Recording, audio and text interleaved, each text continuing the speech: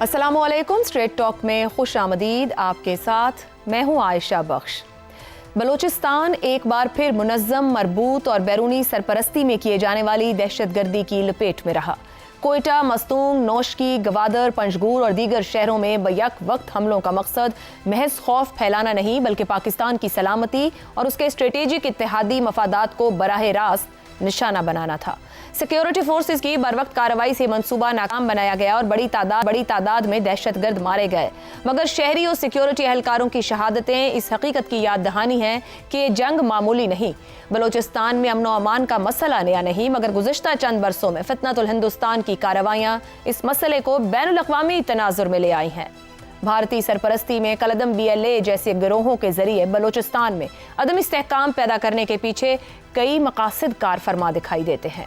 बलूचिस्तान में दहशतगर्दी के जरिए पाकिस्तान की सलामती को नुकसान पहुंचाने की मज़मूम कोशिश की जा रही है, जबकि इसके साथ साथ चीन के इक़्तिसादी मफादात को मुतासिर करने और गवादर जैसे अहम स्ट्रेटेजिक मंसूबों को नुकसान पहुंचाना भी शामिल है, जो खित्ते में पाकिस्तान की मुआशी खुद मुख्तारी के लिए कलीदी हैसियत रखते हैं। दूसरी तरफ अफगान तालिबान की हुकूमत की मौजूदगी में TTP का खैबर पख्तूनख्वा में इस्तेमाल और साथ ही BLA की बलूचिस्तान में सरगर्मियां इस बात की निशानदही करती हैं कि पाकिस्तान को दोनों जानिब प्रॉक्सी जंग का सामना है। ये एक मुनज़्ज़म हिकमत अमली है जिसका मकसद पाकिस्तान को अंदरूनी तौर पर कमजोर, मुआशी तौर पर गैर मुस्तहकम करना है। इन चैलेंजेस से निपटने के लिए पाकिस्तान को फौजी कार्रवाइयों के साथ साथ इंटेलिजेंस नेटवर्क को मजीद मजबूत करना, सरहदी नज़्म व नस्क बेहतर बनाना, अफगानिस्तान के साथ दो टोक सिफारती मौक़िफ़ अपनाना और आलमी फोरम्स पर भारतीय मुदाखलत के ठोस शवाहिद पैदा करना मजीद नागुज़ीर हो गया है।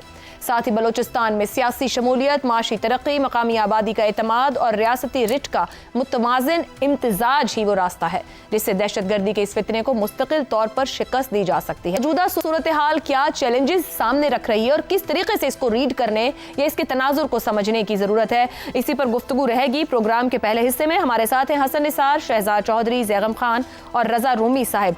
सवाल की जानिब बढ़े इससे पहले ये भी शेयर करना जरूरी है, अब से कुछ देर पहले वज़ीर दिफा ख्वाजा आसिफ ने फ्लोर ऑफ द हाउस दो बड़े अहम निकात, बहुत सी गुफ्तगू की, दो बहुत ही अहम निकात थे जिसमें उनका कहना है कि तहरीक चलाने वाले दहशतगर्द जो जराइम पेशा अनासिर हैं, ये रोजाना ईरानी तेल के जरिए 4 अरब रुपए मुनाफा कमा रहे हैं। यानी कि 4 अरब रुपए रोजाना की बुनियाद पर ये दहशतगर्द हासिल कर लेते हैं जो उनके पास मौजूद है। साथ ही साथ उन्होंने ये भी तस्लीम किया है कि ब्यूरोक्रेसी और जराइम पेशा अनासिर का गठजोड़ मौजूद है।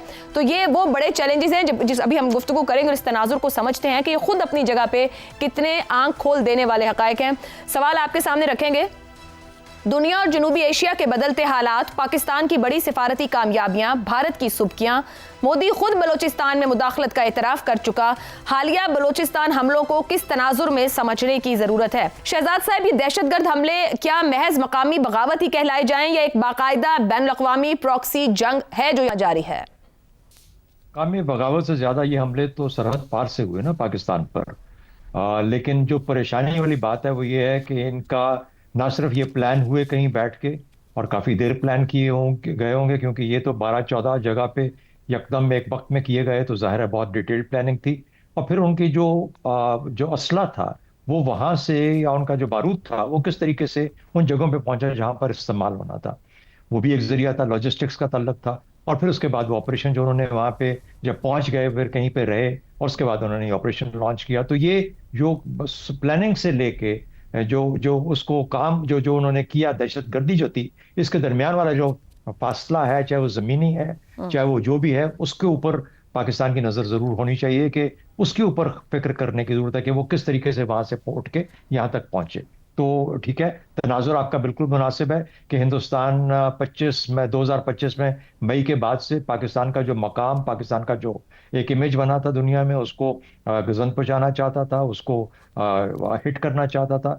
और जिस तरीके से फिर अब लोग बलूचिस्तान में खास तौर पर माइनिंग और रेकोडेक और ये तमाम चीज़ों की तरफ अब आ रहे थे, और जो सीपेक का एक आयसा से दोबारा अहिया हो रहा था, गवादर को फिर दोबारा हम अलाइव कर रहे थे, इन तमाम चीज़ों को रोकना मकसूद था, वो उस हद तक उनका मकसद था। देखिए, पाकिस्तान जब रिएक्ट करता है जिस तरीके से, बड़ी कामयाबी के साथ हमारी अफवाज ने ये काम लड़ा, लेकिन उन्होंने ये हमला करके 12-14 जगहों पे, एक जगह पे जो अपनी स्टोरी पेश करना चाहते थे, दुनिया में जो पैगाम दिखाना चाहते थे कि पाकिस्तानी अफवाज को इतना मजबूत मत समझिए जिस तरीके से आपने 2025 में उनको देखा। ये देखिए यहाँ पर इनके अंदर काफी कमजोरियां नजर आती हैं। ये काम इन्होंने कर लिया, इन लोगों ने आके आपके ऊपर। उसके बाद का जो इफेक्ट है वो तो हमारा डिफेंस है ना, उस डिफेंस में हम उनको खत्म कर दें, मार दें, लेकिन ये कहानी बन गई।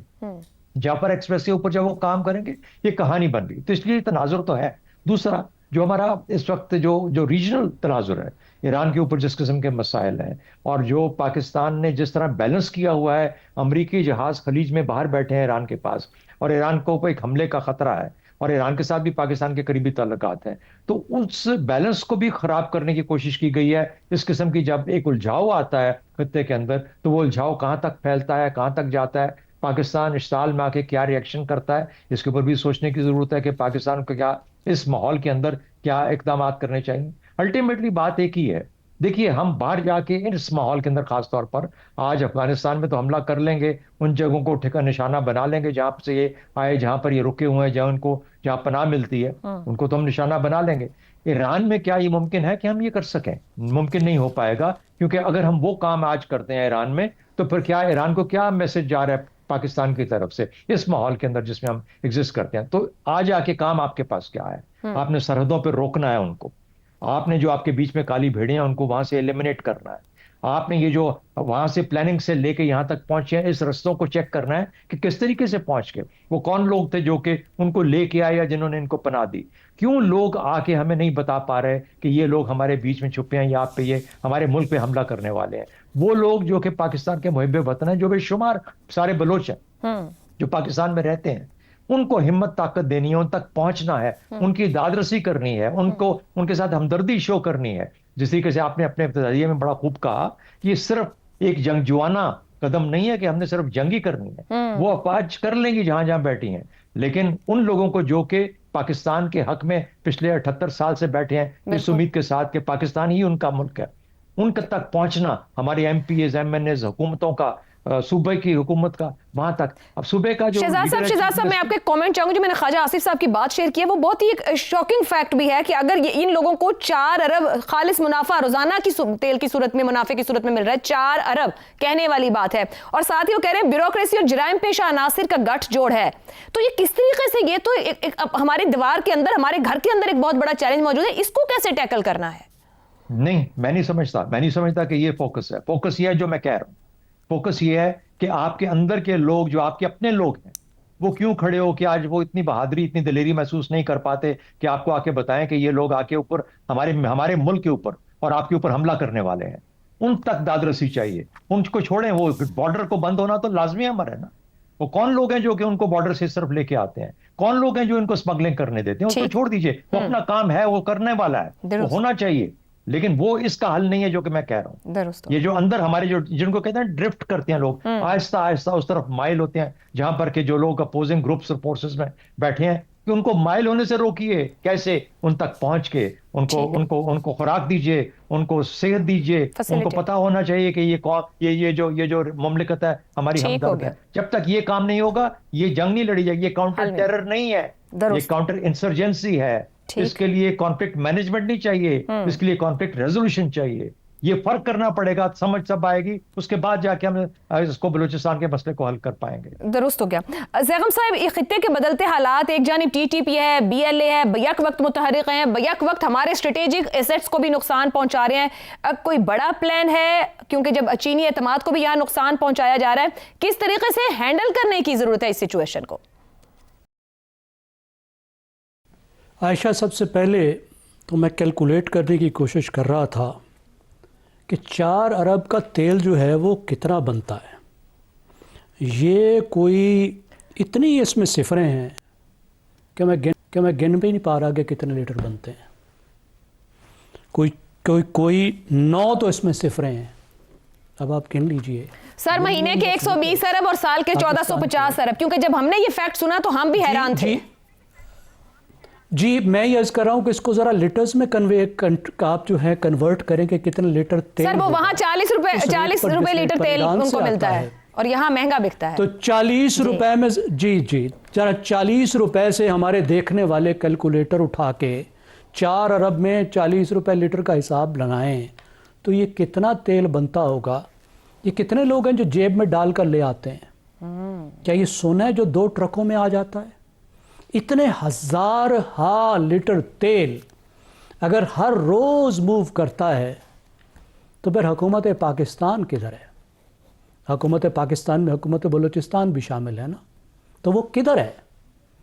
और अगर गवर्नेंस की ये हालत है पाकिस्तान में कि हजार लीटर स्मगल्ड तेल बॉर्डर क्रॉस करता है, पूरे पाकिस्तान में डिस्ट्रीब्यूट हो जाता है, और वज़ीर दिफा पाकिस्तान एक सिर्फ बयान ठोकते हैं कि 4 अरब का तेल डेली आ रहा है और उससे पाकिस्तान में दहशतगर्दी हो रही है।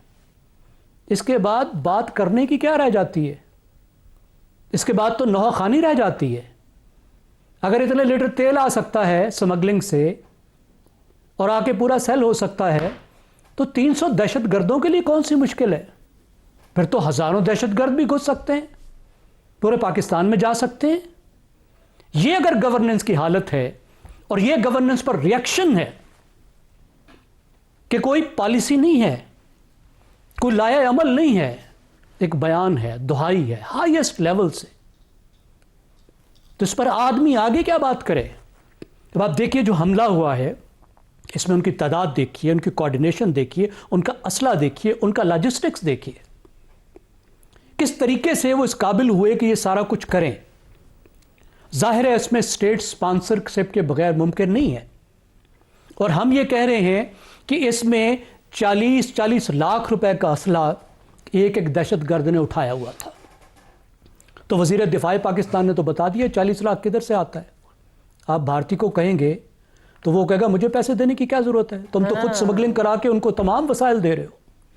इस गवर्नेंस को देखना होगा, ये गवर्नेंस बहुत बड़ी बात है, और ये मसला अस्करी तौर पर तो करना है, लेकिन अस्करी तौर पर तो हम लड़ते लड़के थक जाएंगे अगर गवर्नेंस के ये हालात रहे तो, और वो भी ऐसे तौर में जब हमें नजर आ रहा है कि गठजोड़ पैदा हो रहा है। ज़ैगम साहब, क्या जामे सियासी सिफारती हिकमत अमली होनी चाहिए इस सूरत हाल में, अगर ऐसे फैक्ट्स मौजूद हैं गवर्नमेंट ऑफ पाकिस्तान के पास? देखिए, मैं से आपसे अर्ज कर रहा हूं कि सबसे पहले आपको गवर्नेंस को ठीक करना है, घर को ठीक करना है। अस्करी तौर पर तो हमने अब लड़ना ही लड़ना है, क्योंकि वहां पे BLA भी इकट्ठी हो गई है, उसके साथ TTP भी इकट्ठी हो गई है। अफगानिस्तान तो एक्टिवली उनको सपोर्ट कर रहा है, लेकिन ईरान की ज़मीन भी उनको दस्तयाब है, वो भी हमने लड़ना है। लेकिन इस वक्त बहुत अहम बात है कि हम ये रियलाइज़ करें कि ये लंबी जंग है, ये हफ्तों महीनों की नहीं है, ये साल हर साल चलेगी। जब साल हर साल चलेगी तो हमने दहशतगर्दों और अवाम को अलग करना है। जिस तरह शहजाद साहब कह रहे थे कि बलूचिस्तान के अवाम को हमने अपने तरफ लाना है, बिल्कुल दहशतगर्दों की तरफ नहीं जाने देना। और वो तभी मुमकिन होगा जब आप पॉलिटिकल मसाइल हल करें, और पॉलिटिकल मसाइल का मतलब ये है कि ऐसी गवर्नेंस हो जो इंक्लूसिव भी हो और जो इफेक्टिव भी हो, जो पैसे जा रहे हो वो लोगों को भी नजर आए कि खर्च हो। देखिए, इस नया जो पाकिस्तान की 18वीं तरमीम हुई, उसके बाद फीकस पैसे सबसे ज्यादा बलूचिस्तान में जाते हैं।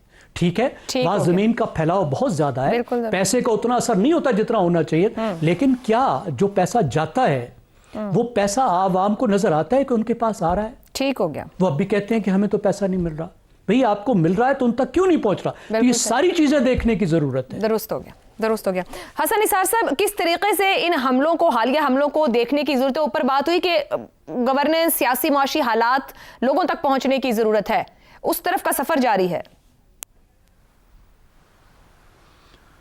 पहली बात यह है कि आपके वैसे तनाजुर का तो जवाब ही नहीं है। शहजाद साहब ने और अपने अल्फाज में उन्होंने, ज़ैगम साहब ने पहले एक बात की, हुकूमती रिश्ते। ज़ैगम साहब, ठीक, हुकूमती रिश्ते, अवाम और हुकूमती रिश्ते, इसको प्लीज़ ज़रा अगर आपके पास मोहलत हो तो इसको बलूचिस्तान से ज़रा बाहर निकालें। सही, अवाम, सिर्फ बलूचिस्तान नहीं, एक बात, ताकि कोई सेंस ऑफ बिलोंगिंग, यहाँ किसी को किसी के साथ कोई दिलचस्पी नहीं है, अच्छा, जैकम साहब का एक जुमला एक पूरे थीसिस पे भारी है। उन्होंने चंद चीज़ें गिनाने के बाद कहा, जो रिटन ऑन द वॉल है, उसमें कोई मतलब कुछ नोबडी कैन चैलेंज, कि इसके बाद कोई बात ही बाकी नहीं रहती। ये लफ्ज़ मेरे हैं, मफहूम उनका मैं ज़ाहिर रटा तो नहीं लगाता मैं। इन दो के बाद अच्छा, फिर शरारत आपकी पूरा तनाजुर बयान करने के बाद आप क्यों हमें इतने लोगों को इम्तिहान में डाल रही हैं। मैं थोड़ी सी एक डिफरेंट बात करूंगा। ये पूरे का पूरा खित्ता बद्दुआया हुआ है, वरना मैं एक अजीब सी बात करने लगा हूँ। तसव्वुर करें, अगर 3 एटमी ताकतें, आबादी, पड़ोसी ताकतें, चीन, हिंदुस्तान और पाकिस्तान, जो भी तनाज़ात हैं, इन्हें हिकमत, बसीरत, हमदर्दी, करोड़ों इंसानों की जेन्युइन खिदमत के पेश नज़र नाम निहाद, ये सारे एक पेज जो है ना, नाम निहाद बड़ा हमारे एक आ जाता है, कभी रॉकेट साइंस फलाना, अनपढ़ शुरू हो जाते हैं। अच्छा, तो एक पेज पे आ जाएं तो कौन सी सुपर पावर है? ये सारी खबासतें, जलालतें हो क्यों रही हैं? वजह, इफ दीज 3 कंट्रीज, अमेरिका मुल्क ही नहीं है, वो तो भांत भांत के जानवर इकट्ठे हुए हैं और वो एक कौम बन गए। हम सदियों से इतनी कुर्बत के साथ इकट्ठे रहने के बाद, मैं चाइना की बात नहीं कर रहा, हमारा तो अभी 78 साल कुछ भी नहीं, वहां भी करोड़ों मुसलमान बसते हैं, चाहे लीडरशिप है, विजन से आ रही है। तसव्वुर करें एक लम्हे के लिए, मैं ख्वाब की बात कर रहा हूं। अरे खास तरह के लोग ख्वाब देखते हैं। इकबाल के ख्वाब का क्या बना है, जना के ख्वाब का क्या बना है, बस ख्वाब ख्वाब होते हैं। अगर ये 3 जरा तसव्वुर करें, चीन, भारत, पाकिस्तान, ये अपने तनाज़ात बुनियादी उतने के रह जाएं जितने एक हेल्दी, खूबसूरत, हंसते खेलते खानदान में होते हैं, वो नॉर्मल है। सही। तो क्या बनेगा? लेकिन बॉटम लाइन क्या है? ये बद्दुआया हुआ खित्ता है, ये उनके तलबे चाट लेंगे, एक दूसरे को कमजोर करेंगे और बहरहाल चलो ठीक हो गया, ठीक हो। तो रज़ा रूमी साहब, हालिया बलूचिस्तान हमले, बैनुल अक़वामी ताकतें, भारत, अफगानिस्तान, इजराइल, अमेरिका, ये बलूचिस्तान का क्राइसिस, कौन कौन किस किस तरह अपने मफादात के लिए इस्तेमाल करना चाह रहा है, किस किस के एतमाद को नुकसान हो रहा है? यहाँ पर बहुत कुछ कह दिया गया है आयशा। मेरे ख्याल से जो कुछ पहले शहजाद साहब ने और जैगम साहब ने कहा, मैं उससे मुकम्मल इत्तेफाक करता हूँ। और जो इस मसले की पेचीदगी जो है वो उसमें हर साल इजाफा हुआ है, और इक्का दुक्का बीच में इस तरह के इनिशिएटिव्स लिए गए कि वहाँ पर बलूचिस्तान के जो मुख्तलिफ स्टेक होल्डर्स हैं उनको एतमाद में लेकर एक मुस्तकबिल का लाया अमल बनाया जाए। लेकिन प्रॉब्लम यह है कि ये अगरचे कि किसी शॉर्ट टर्म में आपको उसकी ज़रूरत होती है, लेकिन देरपा बुनियादों पर अमन और इस्तेहकाम लाना, उसके लिए आपको एक सियासी अप्रोच लेनी पड़ती है। और वो सियासी अप्रोच जो है वो अनका है इस वक्त बलूचिस्तान में।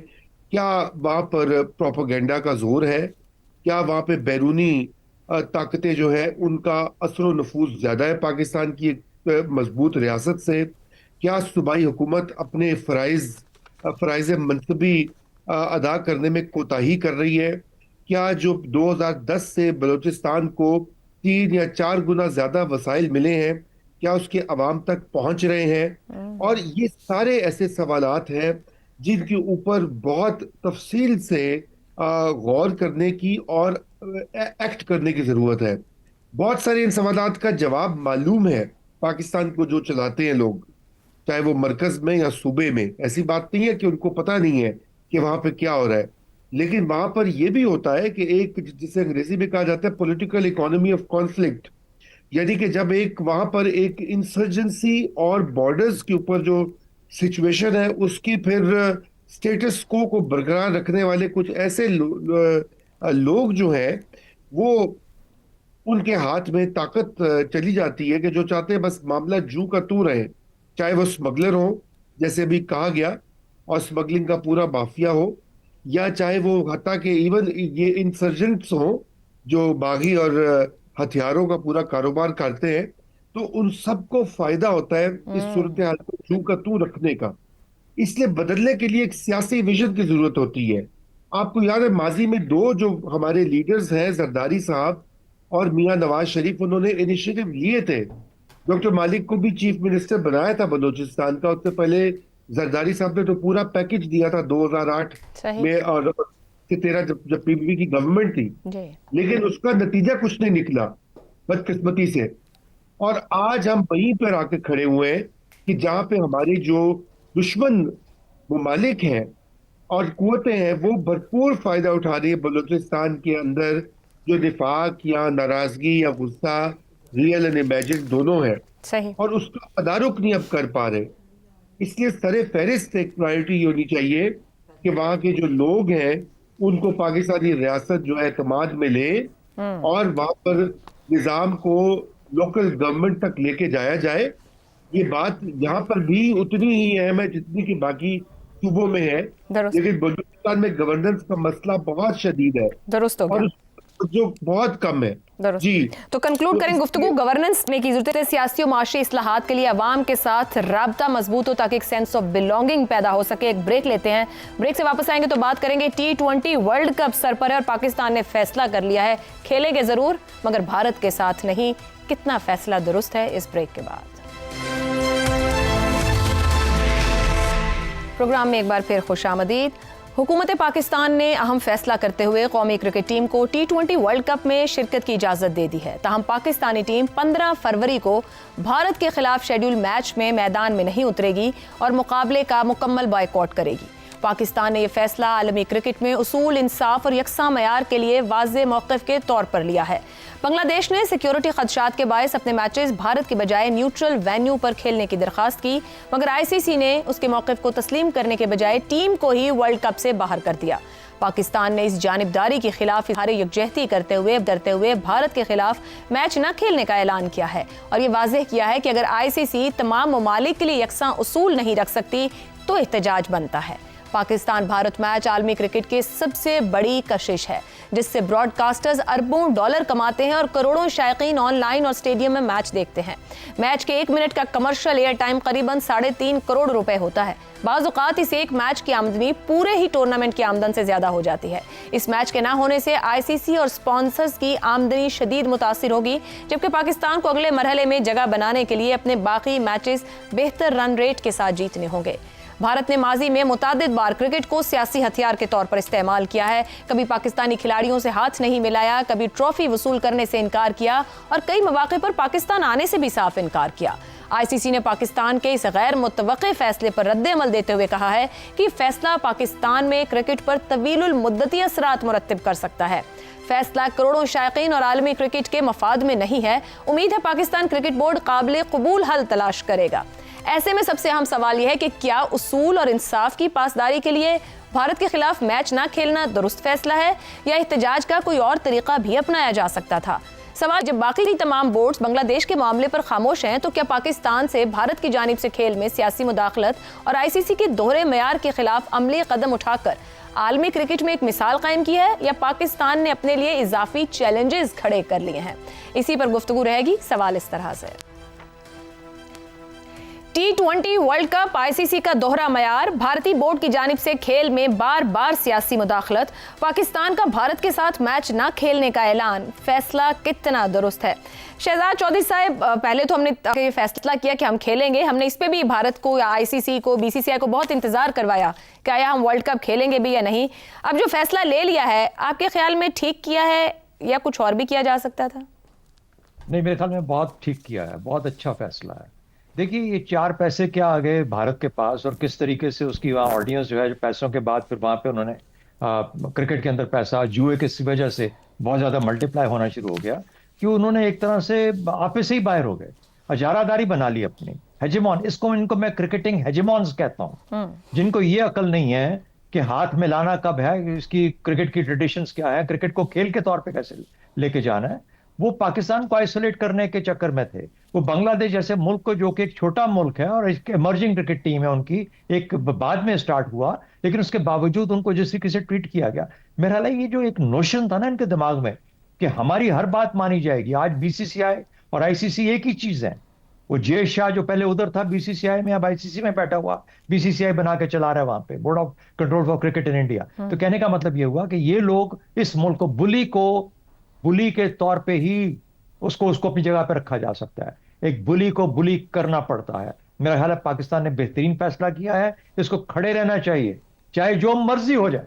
पाकिस्तान को अपने इस कदम से, अपने इस फैसले से पीछे नहीं हटना चाहिए। It is time to face up to India, और उनको बताना पड़ेगा कि खेल को खेल के तौर पे रहने दो, इसको सियासत मत बनाओ। खेल में जब सियासत लेके आते हो तो फिर पूरे निजाम को तुम खराब और मक्तर करते हो। तो मेरा ख्याल है ये पैगाम बड़ा वाज़ेह तौर पर शहजाद साहब, अगर ये नॉकआउट में पहुंच गए दोनों, तो क्या पाकिस्तान को फिर सेमीफाइनल में भी नहीं खेलना चाहिए?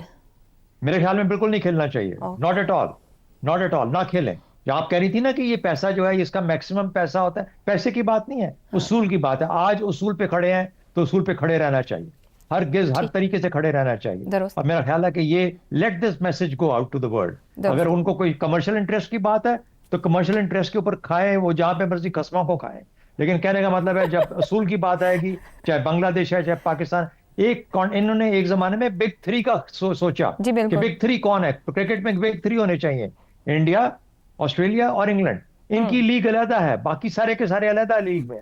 मेरे ख्याल में वक्त आ गया कि उसको भी चैलेंज किया जाए और कहा जाए कि इसके ऊपर जो प्रॉपर एक बराबर का ताल्लुक है और जो तरीका है डील करने का, उसको होना चाहिए।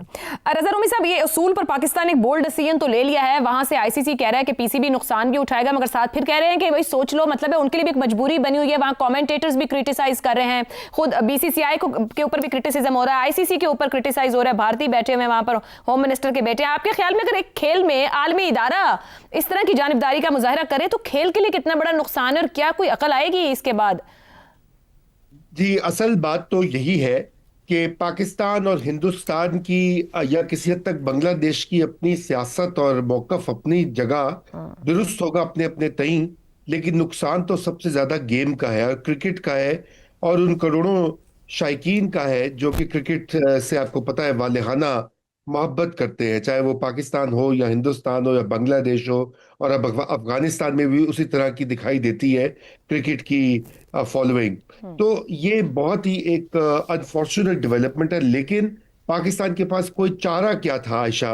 पाकिस्तान को जिस तरीके से ये कॉर्नर किया जा रहा था इस पूरे मामले में, तो एक वक्त आ जाता है कि आपको फिर खड़े होकर कम से कम, जैसे अभी कह रहे थे कि बुली का जो ट्रीटमेंट होता है वो बुलिंग ही होती है, उसके अलावा पूरी कोशिश की। अभी मैं देख रहा था आज हिंदुस्तान के जो साबिक वजीर हैं शशि थरूर कांग्रेस पार्टी के, वो भी बड़ा अफसोस का इजहार कर रहे थे कि इस क्रिकेट की गेम में सियासत क्यों आ गई है। तो वो जरा अपनी हुकूमत से पूछे ना कि जहाँ के एक मिनिस्टर का जो बेटा है वो क्रिकेट चला रहा है और उसमें पूरी की पूरी, चाहे वो बांग्लादेश हो या पाकिस्तान हो, क्रिकेट कम होती है, वहां पे सियासत ज्यादा गालिब आती है, और एक एरोगेंस वाला जो तरीकाकार है वो भारत की तरफ से दिखाई देता है हमें भी और बांग्लादेशियों को भी।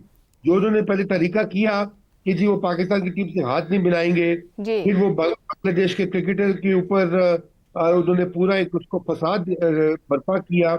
शाहरुख खान जैसे जी बिल्कुल सियासत को घसीटा है इस हुकूमत ने, ये इस इंतहा पसंद हुकूमत ने, और उन्होंने हर चीज को भेंट चढ़ा दिया है अपनी नजरिए के ऊपर, चाहे वो खेल हो, चाहे वो सकाफत हो, चाहे वो अमन का कोई तरीकाकार हो।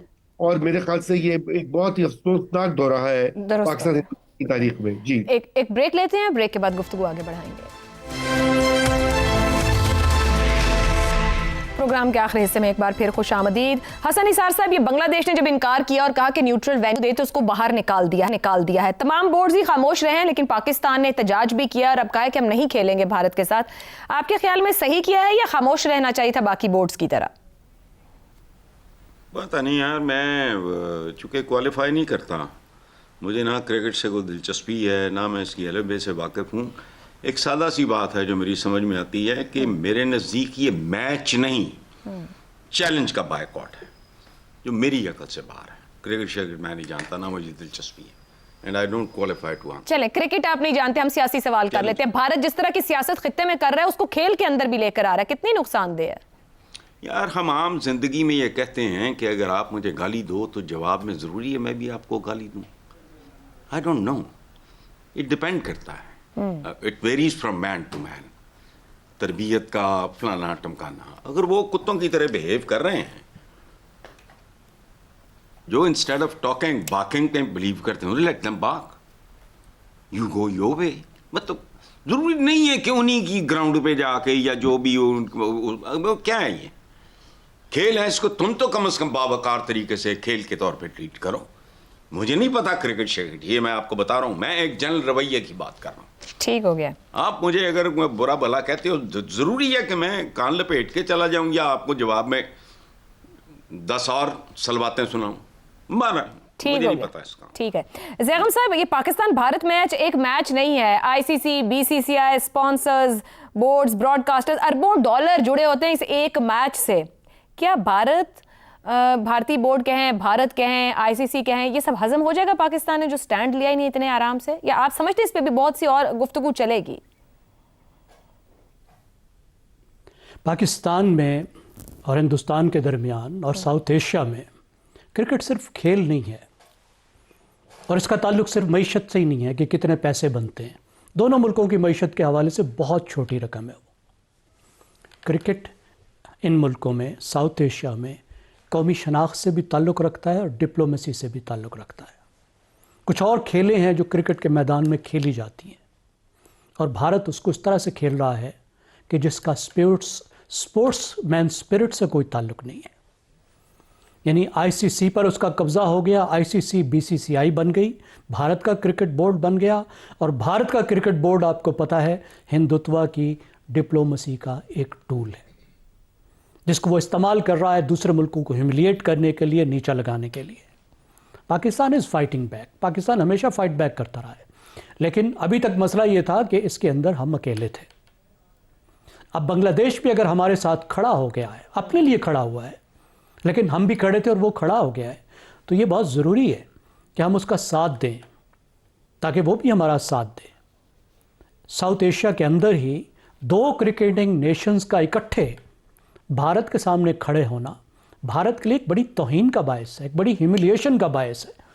जो अपने आप को एक खित्ते का भी हेजमान समझता है और कोई इमर्जिंग सुपर पावर समझता है और क्या कुछ समझता है, अगर 2 हमसाए भी उसके सामने इस तरह खड़े हैं, उससे खेलने को तैयार नहीं है, उसके मुल्क में आने को तैयार नहीं है, तो उसको भी अपने रवैये के बारे में सोचने की ज़रूरत है। ज़ाहिर है इसकी एक प्राइस है, आपने बताया, ज़ाहिर है इसमें बहुत से कमर्शियल इंटरेस्ट हैं, पाकिस्तान को भी बहुत सारा पैसा मिलता है, पॉइंट्स भी पाकिस्तान लूज़ करेगा, तनकीद भी हो रही है, खिलाड़ियों को भी कुछ मायूसी हो रही है, लेकिन आपको बाज़-औक़ात कीमत देनी पड़ती है, असूलों की खातिर कीमत देनी पड़ती है। और इस वक्त हमारा एक तरह का असूल है कि हम इस तरह भारत को इजाज़त नहीं दे सकते कि वह डबल स्टैंडर्ड्स अडॉप्ट करे, इस तरह बुली करे दूसरे नेशंस को, दूसरे नेशन के साथ क्रिकेट के खेल के मैदानों में इस तरह तौहीन करे। तो मेरे ख्याल में पाकिस्तान ने बिल्कुल ठीक किया। दुरुस्त हो गया जी। ज़ैगम साहब के इसी बात के उसूलों की खातिर कुर्बानी देना पड़ती है और भारत को इजाज़त नहीं दी जा सकती कि वो दूसरे बोर्ड्स को, दूसरी क्रिकेटिंग कंट्रीज़ को इस तरीके से बुली करे। आज के लिए प्रोग्राम से इतना ही, इजाज़त दीजिए, अल्लाह हाफ़िज़।